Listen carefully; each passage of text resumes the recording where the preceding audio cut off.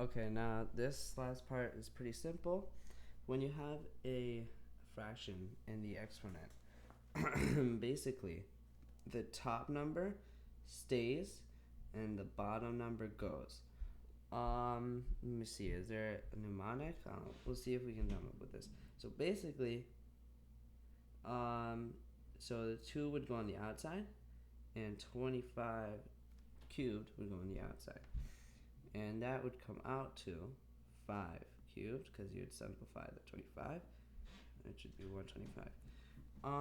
Basically, always remember if it's highest, like, um, bottom goes, the top stays. Like, you know how, like, in content or in, like, with competitors, the top always stays, the bottom goes. This is gonna sound very nerdy, uh, whatever it's called, example, but like there's Apple and there's IBM. IBM's still here, but like basically everyone was wondering, would Apple go on the top and stay, or would IBM stay on the top? Apple turned out on top, and now you see Apple everywhere.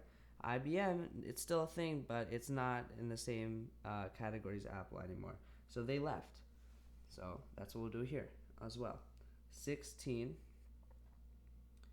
3, 4.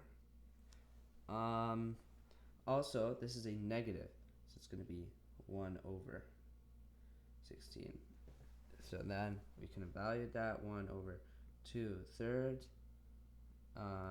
which is equal to 1 over 8. Okay, let's see, is there another thing? As this one is also a little tricky. Basically, we'll put here 1, 3, and then 2, over 2, 4/3 cubed, whatever you want to call it, and then that equals to 1 over 2 cubed.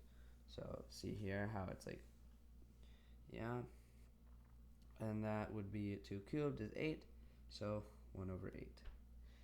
And yeah, and it's pretty much like that. Solve the equations for x. 2x 3 over 2 plus 1 equals 17. So let's get rid of this 1 first of all. So minus 1, that's 16, equals 2x 3, 2. Now we want to get rid of that 2. We don't like that.